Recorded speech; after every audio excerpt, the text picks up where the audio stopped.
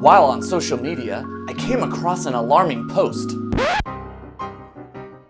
American cheese is one molecule away from plastic and shares 27 ingredients with paint. Yum! No, not yum! Gross! I gotta see if I got any. Your days are numbered, American cheese. Yeah, it does look like plastic. Bye-bye. Wait! Don't throw out your American cheese. Let's talk about this. But in order to do so, we need to talk about credible sources.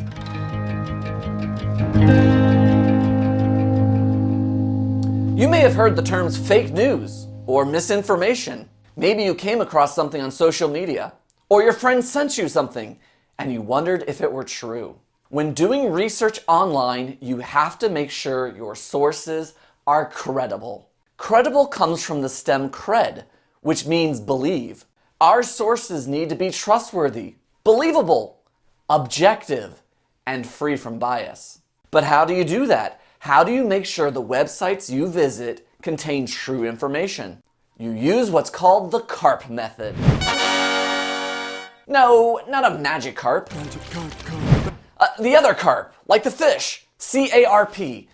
Now, I know it sounds like we're about to go fishing, but I promise you, we're not. CARP is an acronym to help us determine if a source is credible or not.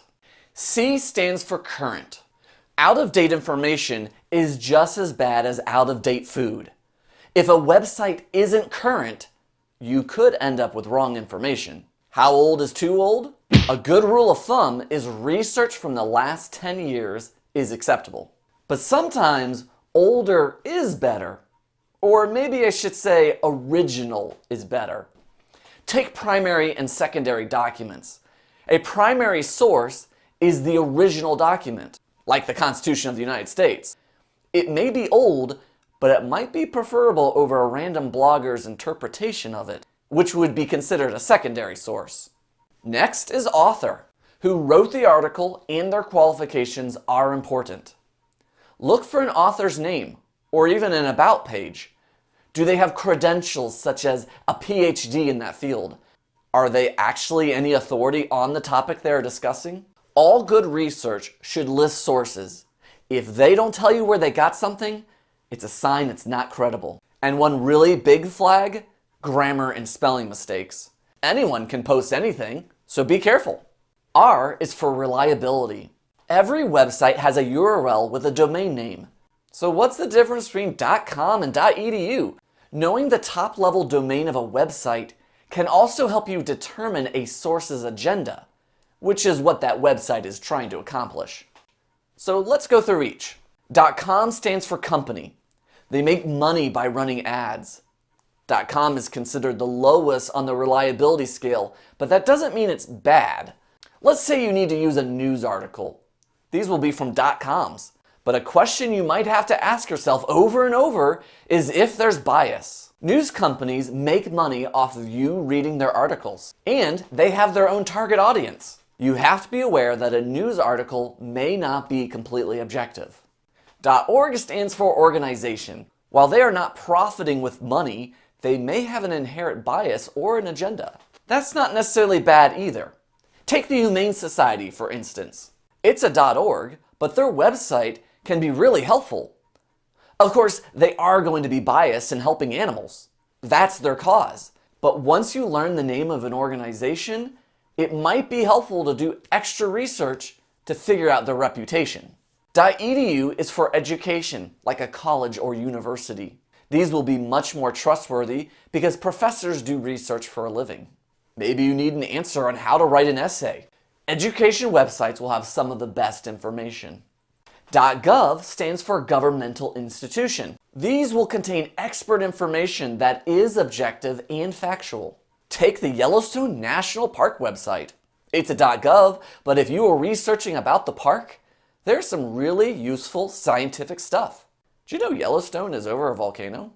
So while .gov and .edu are at the top of our reliability meter, we still need CARP to determine other factors. Let's take a quick side note here. What about Wikipedia? It's a .org, but you've probably heard your teacher say to never use it in your research. Here's my take. Wikipedia can be a good starting place. It often gives easy to understand overviews on topics. But every article has sources listed, and those citations might lead you to some really good resources. And finally, the P in CARP is purpose. Why did someone create this website? You might know author's purpose in the acronym PI.